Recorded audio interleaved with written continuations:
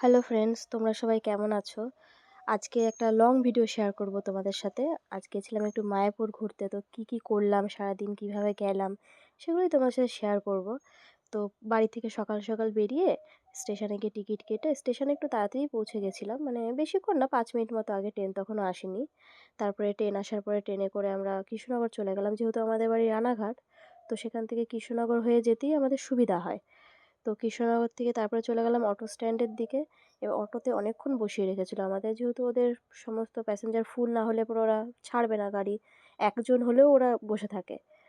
তারপর যাই হোক, একটা সময় গাড়িটা ছাড়লো, ছাড়ার পরে আমরা ঘাটের কাছে আমাদের নামিয়ে দিয়েছিল, মায়াপুর ঘাট যেটা বলে। সেখান থেকে ঘাটের দিকে যাচ্ছিলাম, যেতে যেতে এরকম সুন্দর সুন্দর অনেক দোকান দেখতে পাবে তোমরা, চাইলে সেখান থেকে কিনতে পারো জিনিস। তারপরে সেখান থেকে 3 টাকা করে জনপ্রতির টিকিট কেটে নিয়ে আমরা নৌকার দিকে চলে যাচ্ছিলাম। নৌকাটা আমাদের ওপারে নিয়ে যাবে। ওপার থেকে বেশি দূর না, হেঁটেই চলে যাওয়া যায়, বেশিরভাগ লোকই হেঁটে যায়। আবার টোটোতে গেলে পরে টোটো 10 টাকা করে নেয়। তো আমরা তারপরে নৌকার দিকে চলে গেলাম। নৌকাতে গিয়ে আমরা চারিদিকে দৃশ্যটা দেখছিলাম, যে গঙ্গা নদীটা কি সুন্দর লাগছে দেখতে। আর দূরে দুটো লঞ্চও দেখতে পাচ্ছিলাম। তোমরা দেখতে পারবে খেয়াল করে, তো দুটো লঞ্চ আছে। এই লঞ্চগুলো হচ্ছে নবদ্বীপ যায়। তোমরা চাইলে নবদ্বীপ ঘাটে যেতে পারো ডাইরেক্ট, বা ওপার থেকেও নবদ্বীপ ঘাটে যাওয়া যায়। সেখান থেকে নবদ্বীপ ঘাটে যাওয়ার টিকিট কেটে সে লঞ্চে করে নবদ্বীপও ঘুরে আসতে পারো তোমরা। আমরা আর এবার নবদ্বীপ যাইনি। তারপর আমরা ওপারে গিয়ে একটা বাঁশের ব্রিজের উপর যাচ্ছিলাম। একটু খিদে পেয়ে গেছিলো, একটা চিড়ে ভাজা কিনে নিলাম। তারপরে টোটো স্ট্যান্ডের দিকেই যাচ্ছিলাম। সেখান থেকে 10 টাকা করে ভাড়া নেয় টোটোতে করে। আমরা মায়াপুরের দিকে যাচ্ছিলাম। মায়াপুরের দিকে যেতে যেতে তোমরা শুধু মায়াপুর না, আরও সুন্দর সুন্দর অনেক মন্দির দেখতে পাবে যাওয়ার পথে। তোমরা চাইলে এরকম হেঁটে হেঁটে এগুলো ঘুরতে ঘুরতেও যেতে পারো, এর ভেতরে গিয়ে সব কিছু ঘুরে দেখতে পারো। আর তাছাড়াও টোটো ভাড়া করেও ওই চারিদিকটা ঘুরে দেখা যায়।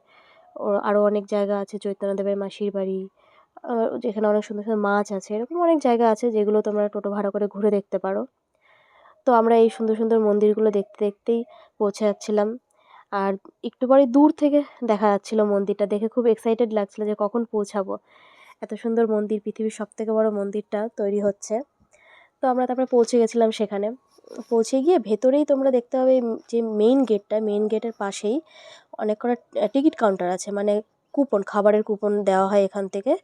যত ভবন আছে এখানে, সব ভবনেরই টিকিট এখানে পাওয়া যায়। যেহেতু ভবনগুলো দূরে দূরে, তো একবার টিকিট কাটতে যাওয়া, একবার আবার খাওয়ার জন্য যাওয়া, বারবার তো হেঁটে অত দূর যাওয়াটা সম্ভব হয় না সবার জন্য। তো এখানে এই কুপন কাউন্টারগুলো করা আছে। এখান থেকেই সবাই যে যেই ভবনে খেতে চায় সেই টিকিটগুলো কাটা হয়। কী কী মেনু, কত দাম, সবই এখানে লেখা আছে।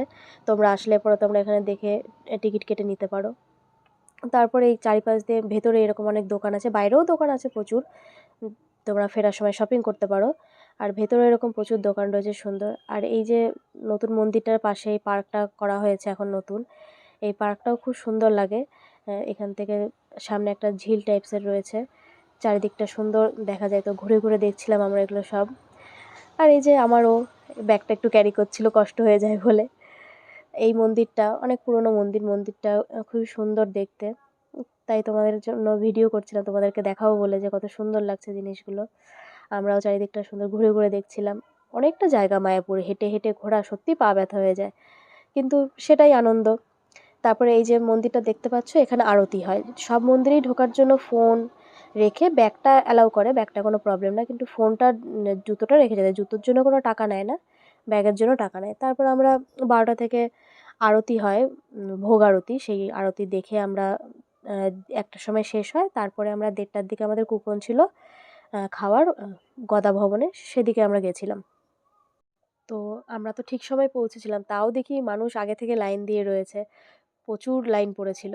কিন্তু অনেক জায়গা একবারেই সব অনেক মানুষ ধরে যায়, যে অনেকক্ষণ দাঁড়িয়ে থাকতে হয় তা নয়, শুধু খুললে পরেই সাথে সাথেই বসে পড়া যায়।